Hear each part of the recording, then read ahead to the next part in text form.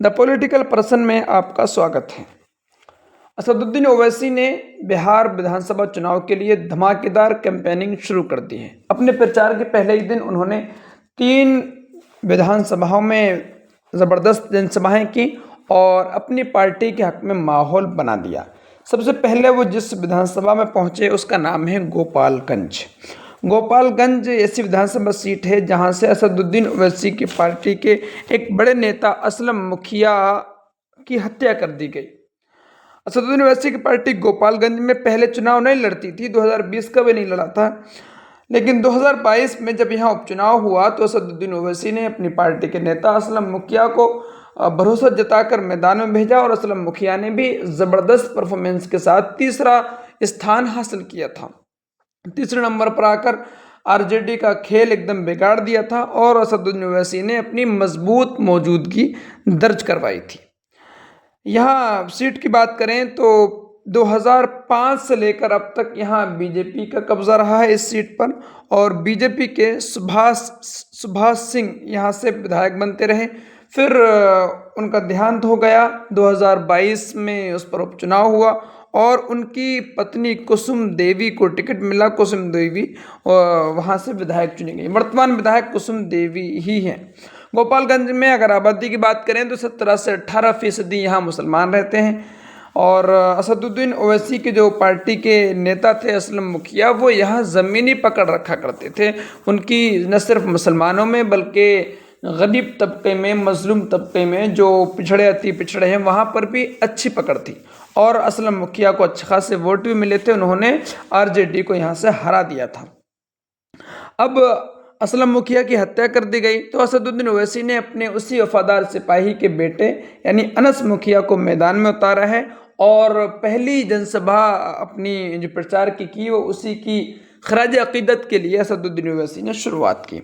यहाँ से ये सीट इंडिया गठबंधन में कांग्रेस के खाते में आई है और यहाँ से कांग्रेस ने ओम प्रकाश गर्ग को मैदान में उतारा है। बीजेपी ने सुभाष सिंह को यहाँ से अपना उम्मीदवार बनाया है। असदुद्दीन ओवैसी उसके बाद यहाँ से ढाका की जानिब गए और दूसरी जनसभा अपने हेलीकॉप्टर से ढाका में की।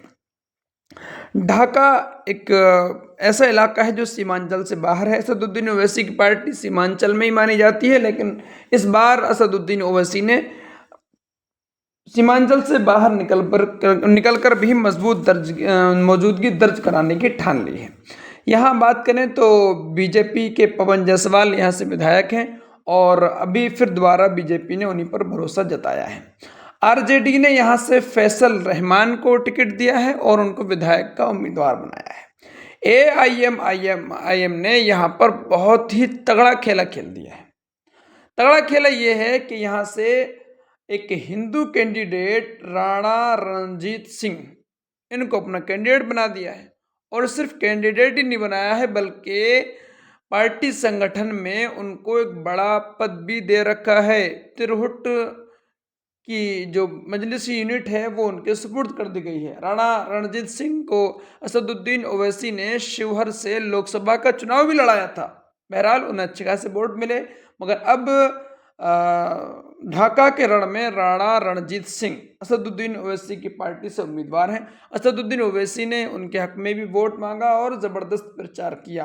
राणा रणजीत सिंह पूरी वफादारी के साथ पार्टी के साथ जुड़े हुए हैं और पार्टी भी उनको पूरे तौर पर महत्व भी दे रही है और आगे बढ़ाने का काम कर रही है। लगता है कि राणा रणजीत सिंह इस बार सिर्फ बिहार की नहीं बल्कि एआईएम की तारीख में एक ऐसी शुरुआत करेंगे जिसकी आज तक मिसाल नहीं देखी गई। यानी असदुद्दीन ओवैसी की पार्टी में अब तक हिंदू उम्मीदवार जीते हैं, लेकिन वो छोटा चुनाव, निकाय चुनाव या फिर एमसीडी वगैरह जो होते हैं, बीएचएमसी के चुनाव, वहाँ पर हिंदू उम्मीदवार जीतते रहे हैं।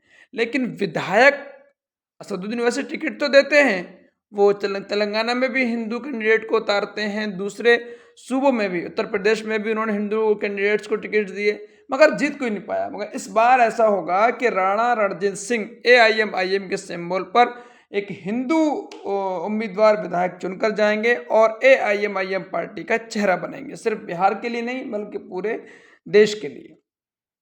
तीसरी जनसभा जो कार्यक्रम था वो था मुंगेर में। अच्छा, ढाका में मुस्लिम की बात करें अगर आबादी की, तो ये यहाँ पर 45% मुस्लिम आबादी है। और इस हिसाब से AIMIM अगर यहाँ तगड़ा खेल कर गई तो यहाँ से जीत पक्की मानी जा रही है। और अब तो असदुद्दीन ओवैसी के आने के बाद माहौल और गर्म हो गया है। तीसरा कार्यक्रम था मुंगेर में। मुंगेर में बीजेपी के ही इस वक्त में विधायक हैं और बीजेपी ने इस बार कुमार प्रणव इनको प्रणय इनको टिकट दिया है और आरजेडी ने अविनाश विद्यार्थी को टिकट दिया है, जबकि AIMIM ने यहाँ से मुनाजिर हसन जो डॉक्टरेट की डिग्री रखते हैं और पढ़े लिखे हैं, युवा हैं, उनको टिकट दिया है।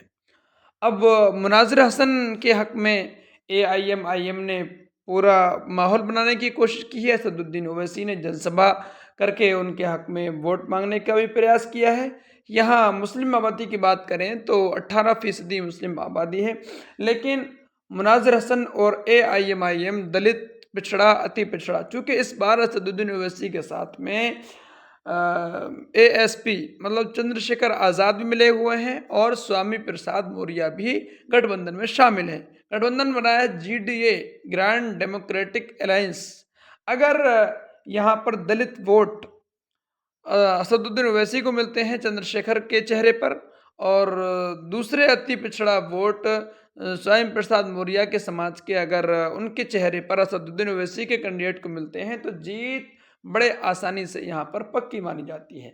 अब देखना होगा असदुद्दीन ओवैसी बिहार में क्या गुल खिलाएंगे इस बार और उनकी पार्टी किस हद तक कामयाबी हासिल करेगी। 2020 में उन्होंने बड़ा चमत्कार दिखाया था और सीमांचल के एरिए से उन्होंने 5 विधानसभा की सीटें जीतने में कामयाबी हासिल की थी। अब असदुद्दीन ओवैसी का ये जो कार्यक्रम है, लगातार जब तक यहाँ पर वोटिंग का सिस्टम शुरू नहीं होगा तब तक वो बिहार में रहेंगे और धुआंधार अपनी पार्टी के हक में कैंपेनिंग करते रहेंगे। ये जो तीनों सीटें थी, इन तीनों सीटों पर जो चुनाव है वो 6 नवंबर को है और इसका जो नतीजा आएगा, परिणाम आएगा, वो आएगा 14 नवंबर को। इसलिए पहले इन सीटों को असदुद्दीन ओवैसी ने अपने प्रचार का हिस्सा बनाया। आने वाले